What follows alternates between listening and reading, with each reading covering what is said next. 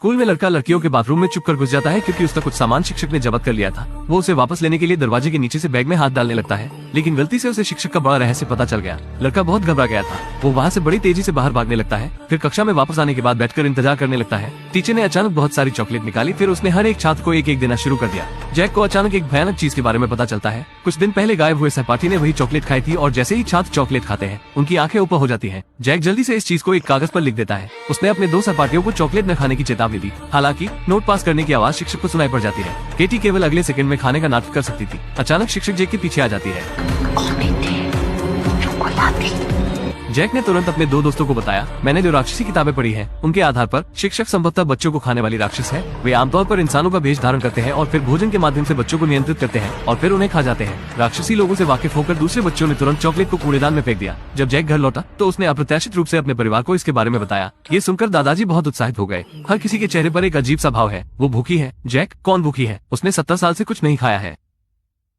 महिला खाना बना रही थी। उसने देखा कि जो अंडा उसने अभी खरीदा था वो नकली था। ये उसके लिए अविश्वसनीय था। महिला को अपनी आंखों पर यकीन नहीं हो रहा था। एक बार फिर उसने एक अंडा उठाया, उसे पूरी ताकत से कुचल दिया, लेकिन फिर भी वो अंदर से खाली ही निकला। इस बार महिला पूरी तरह से भ्रमित थी, समझ नहीं पा रही थी कि क्या हो रहा है। उसने अंडों का एक पूरा कार्टन उठाया तो हर एक अंडा खाली था। महिला के पास कहने के लिए शब्द नहीं थे। इससे उसकी कुछ असामान्य यादें ताजा हो गई जब वो पहली बार शहर आई थी। वेलकम पार्टी में एलन नाम की एक शख्स ने कहा था, हम यहाँ क्यों आए हैं? तो उसके प्रेमी ने उसे जोर से अपनी तरफ खींच लिया था। उस समय सभी को लगा कि वो पागल है, क्योंकि यहाँ के लोग सबसे ज्यादा खुश रहने के लिए जाने जाते हैं। यहाँ की कंपनी सबको खाने और रहने की व्यवस्था अपने आप करती है। कर्मचारियों और उनके परिवारों को यहाँ रहना आवश्यक है। लोग हर दिन समय पर काम पर जाते हैं और यह शहर कंपनी के मुख्यालय से दर्जनों किलोमीटर दूर एक रेगिस्तानी जगह में बसा हुआ है। पत्नियां अपने व्यस्त दिन की शुरुआत अपने पतियों को विदा करने की बात करती है, लेकिन उनके काम बिल्कुल सरल होते हैं। वो केवल घर पर सफाई करती है, जिसके बाद वो जीवन का भरपूर आनंद ले सकती है। सभी सुविधाएं निःशुल्क है। महिलाएं यहाँ पूरा दिन बिता सकती है, हर तरह की सुख सुविधा का आनंद ले सकती है। लेकिन आनंद लेने से पहले उन सब पत्नियों को शारीरिक प्रशिक्षण लेना जरूरी है। ये सब काम से घर आने वाले अपने पतियों का बेहतर स्वागत करने के लिए है। हालांकि यहाँ कुछ चीजों पर पाबंदी भी है।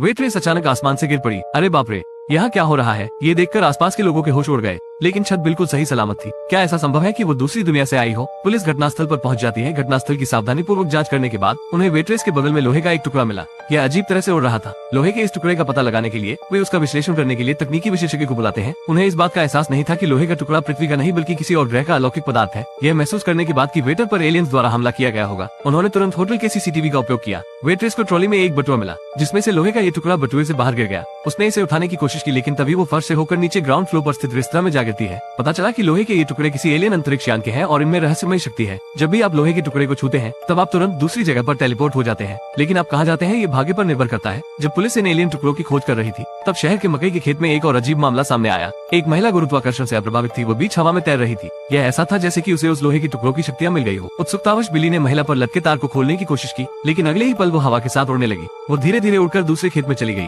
जब वो यहाँ पहुंची तो पुलिस दंग रह गई। हर जगह लाशें तैर रही थी। क्या हुआ ये जानने के लिए पुलिस ने तुरंत इन शवों की फोरेंसिक जांच की व्यवस्था की, लेकिन सभी को आश्चर्य हुआ। हालांकि इन लोगों की कोई पल्स नहीं है, लेकिन मस्तिष्क अभी भी चुपचाप काम कर रहा है। जाहिर है ये लोग वास्तव में मरे नहीं है। एक एलियन ने अपना मुंह खोला और एक लड़के को पूरा निगल लिया। फिर वो हिलने लगा और वास्तव में 2 समान प्राणियों में विभाजित हो गया। यह इट्स इन द वुड्स 2022 जापानी हॉरर फिल्म है। कहानी की शुरुआत में 2 लुटेरे अपराध करने के बाद जंगल में आ जाते हैं। वे एक गड्ढा खोदकर चुराए गए माल को दफनाने जा रहे थे। जब वो आदमी पेशाब करने गया तो उसने देखा कि उसके चमड़े के जूते अज्ञात नीले बलगम से सने हुए थे। महिला ने माल दफनाने के बाद पाया कि उसका साथी गायब हो गया था। कुछ समय बाद कुछ ही दूरी पर पैरों से एक राक्षस जैसी धार सुनाई दी। महिला अचानक घबरा गई। उसने खुद को बचाने के लिए फावड़ा उठाया, लेकिन अगले ही पल राक्षस ने आदमी का कटा हुआ हाथ उस पर फेंक दिया। महिला डर के मारे चिल्ला उठी। उसने फावड़ा फेंक दिया, फिर वहाँ से भागने लगी। अप्रत्याशित रूप से उसका पैर फिसल गया। जब उसने अपना सिर घुमाया तो राक्षस उसके ऊपर था। फिर उसने उसे खा लिया। मूवी का हीरो जैक है जो जंगल से ज्यादा दूर नहीं रहता है। वो अपना खुद का संतरे का व्यवसाय चलाता है। उसका बेटा चुन्नी भी टोक्यो से गाँव में आया था अस्थायी रूप से अपने पिता के साथ रहने के लिए। टीचर ने परिचय दिया कि यह यहाँ का नया छात्र है जो टोक्यो से आया है। पीछे बच्चे उसके बारे में बात करने लगते हैं। वे उसे ज्यादा पसंद नहीं कर रहे थे, इसलिए वो उसके साथ खेलना नहीं चाहते थे, लेकिन वो फुटबॉल खेलने में अच्छा था। गोलकीपर के रूप में सुनियो ने उसे स्वीकार कर लिया।